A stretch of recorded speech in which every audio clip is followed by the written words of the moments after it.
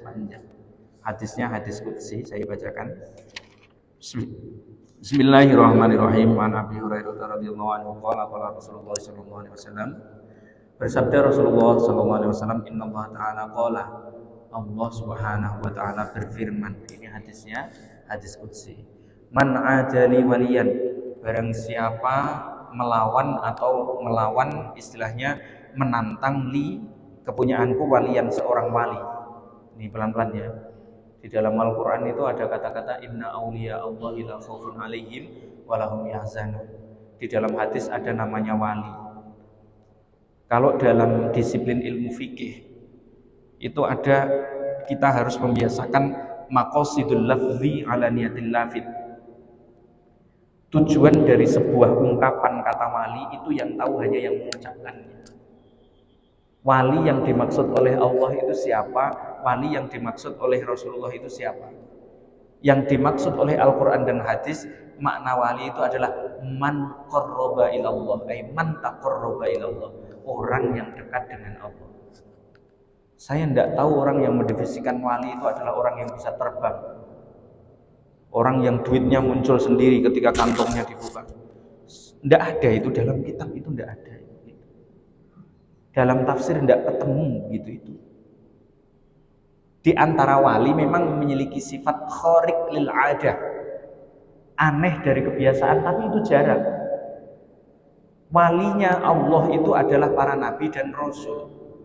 Di dalam Al-Quran itu kan kalau kita lihat, semua nabi dan rasul itu hampir-hampir normal, sebagai manusia, berdakwah, kadang sakit hati dan sebagainya. Ada kisah nabi yang khariq, wali yang khariq, namanya Khadir di dalam surat Al-Kahfi itu, tapi kisahnya ya hanya itu. Makanya kalau kita berfokus tentang dunia kewalian, kedekatan dengan Allah itu jangan yang aneh-aneh. Orang itu kalau dekat dengan Allah, dia pasti kaya. Kata siapa? Rasulullah itu loh sampai sepuh, lihat itu. Ikat pinggangnya isinya batu karena lapar. Sayyidina Umar itu loh ketika menjadi khalifah menjelang wafat, rumahnya dijual untuk bayar utang. Namanya Darul Qadha. Darul Qadha itu rumah bayar utang punyanya Umar bin Khattab. Merintah jadi raja 10 tahun lebih. Kok bisa gitu loh. Uwais Al-Qarni itu menghabiskan usianya untuk melayani orang-orang yang ada di Yaman, bekerja ke sana kemari. Kata siapa orang yang dekat dengan Allah itu pasti kaya? Kata siapa? Salah sendiri kan dikasih materi seperti ini. Jadi makna kedekatan dengan Allah, makna dekat dengan Allah itu adalah ridho bil qada. Nanti kita lihat di sini. Nah, faqad adzantuhu bil harbi, maka orang yang suka mengganggu waliku, kekasihku, atau orang-orang yang dekat denganku, aku akan menjamin saya akan memerangi dia. Makanya orang-orang solih itu diantara tanda takarrub kepada Allah itu tidak gampang marah dengan urusan pribadinya. Kalau urusan agama, urusannya Allah beda. Kalau dengan urusan pribadinya, dia tidak gampang marah. Kalau kita masih suka baper dengan urusan pribadi, bukan wali. Ngaku wali petentang, diinjak sendalnya aja marah-marah. Apa itu? Ya, pelan-pelan. Dah. Faqad adzantuhu bil harbi wa ma taqarraba ilayya 'abdi bi syai'in ahabba. Nah, ini kata-kata taqarrub. Makna wali adalah orang yang mendekat kepada Allah. Esensi mendekat kepada Allah itu dengan apa? Bi syai'in ahabba ilayya mimma iftaradtuhu 'alaihi. Tidak ada orang yang aku cintai beribadah kepadaku adalah orang yang menjaga hal-hal yang fardu. Kunci yang fardu, yang wajib.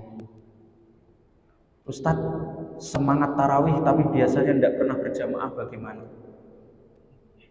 Nah, yang sunnah semangat. Ustadz, semangat sholat Idul Fitri, Idul Adha tapi tidak pernah sholat Jumat, bagaimana? Ada toh? Banyak. Kalau suruh sholat Jumat tidak berangkat, alasannya apa? Musafir. Banyak ngomongnya begitu. Suruh jamaah apa? Musafir di perjalanan. Giliran sholat Idul Fitri berangkat semuanya. Jelas-jelas sholat Idul Fitri, Idul Adha itu sunnah. Pelan-pelan ya. Setan itu memang begitu. Dia itu membisiki orang dengan apa? Bikhilafil aula, agar dia jatuh di level nomor 2 biar tidak pernah juara 1. Sifat ujian itu begitu. Tadi kan nafsu sifatnya naik ke nambah. Kalau syahwat sifatnya perut dengan bawah perut. Gangguannya di situ. Ngobatinya gampang. Ini syahwat, nafsu atau setan. Kalau setan, kamu jangan nomor 1, nomor 2. Dibilang, sudah adzan, tidak apa-apa, belum iqomah. Setan, nanti akan begitu caranya, pelan-pelan. Ya, wa ma taqarraba ilayya 'abdi bi syai'in ahabba ilayya mimma iftaratuhu. Tidak ada seseorang yang mendekat kepadaku yang lebih aku cintai kecuali orang yang menjaga hal-hal yang fardu. Hal yang fardu itu 2. 1, sesuatu yang diwajibkan oleh Allah, rukun Islam. Yang kedua, hubungan dengan manusia. Seseorang itu tidak terhalang dari kebaikan, seseorang itu tidak terhalang dari kesuksesan kecuali ada pelanggaran dari 2 ini. 1, melalaikan perintahnya Allah, otomatis menjalani larangannya kan. Yang kedua, banyak dolimnya. Orang kalau banyak dolimnya luar biasa itu. Ustadz, yang dolim itu apa selalu atasan? Tidak, bawaan juga bisa dolim. Kok bisa bawaan dolim? Bisa, ketika dia tidak amanah dengan amanah-amanah yang diberikan oleh atasannya. Bisa saja. Seorang atasan yang tidak memberikan haknya kepada bawahannya dengan baik, itu juga dolim. Makanya hatinya menggersah, hatinya itu gersang, hatinya itu gelisah. Kuncinya di situ. Masya Allah. Allah tidak menyukai mendekat kepadanya kecuali memperhatikan yang fardu.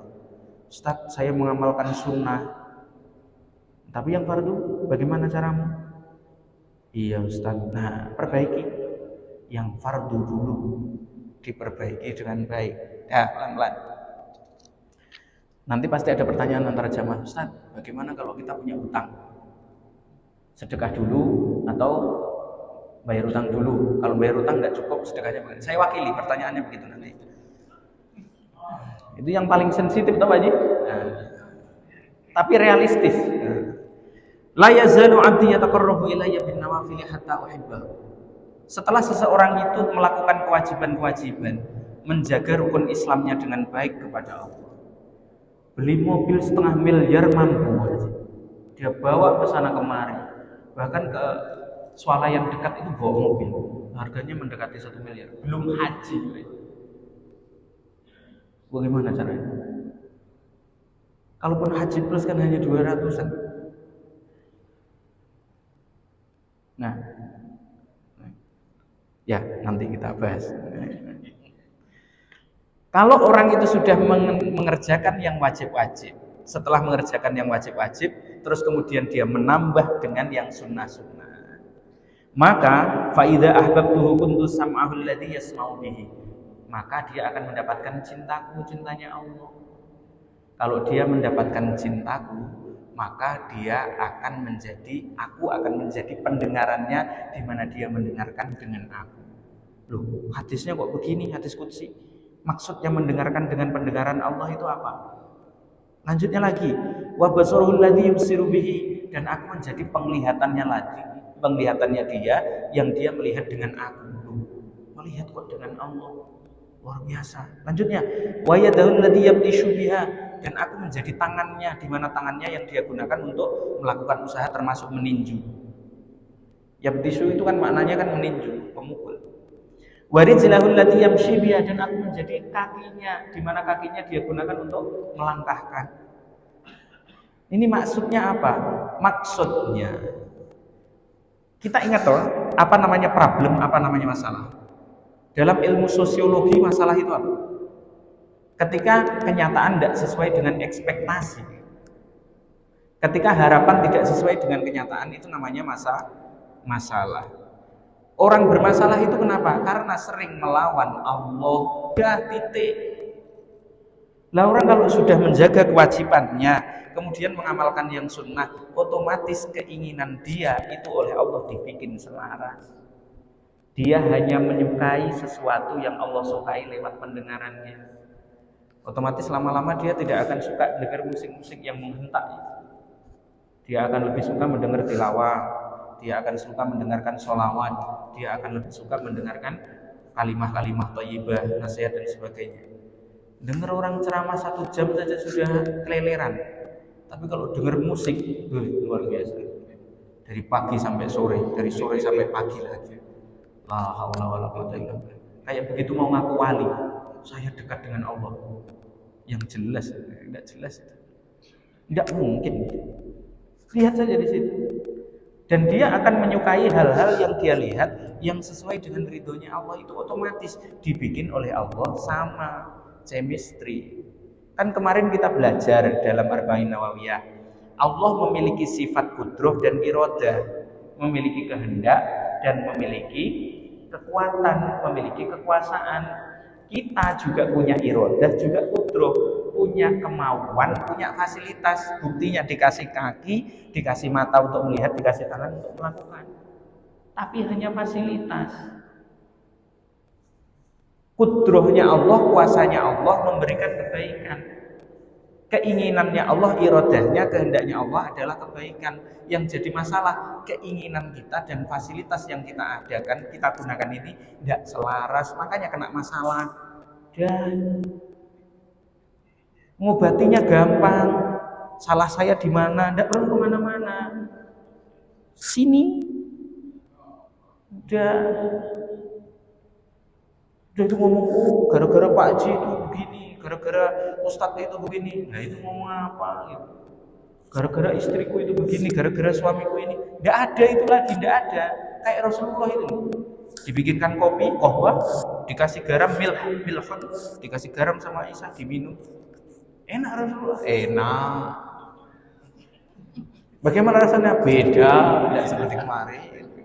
Itu saja. Enteng hidup ini. Yang umumnya kan kopi kan dengan gula. Kopi dikasih garam. Bagaimana Rasulullah? Enak. Rasanya bagaimana? Beda. Kalau Bapak bisa dibanting itu, Masya Allah. Lihat indah. Orang yang dekat dengan Allah itu kadang lucu-lucu. Pola pikirnya itu sederhana-sederhana dan mudah untuk bahagia. Caranya apa? Lakukan yang wajib, jaga baik-baik, tambah dengan yang sunnah ini tadi. Esensi dengan dekat dengan Allah itu hanya 2 itu. Baik, cukup ya. Jadi kita akan dibikin selaras antara pandangan, pendengaran, kehendak kita dengan pandangan, pendengaran dan kehendaknya Allah Subhanahu wa ta'ala. 2 menit, 3 menit, 4 menit, silahkan yang mau bertanya.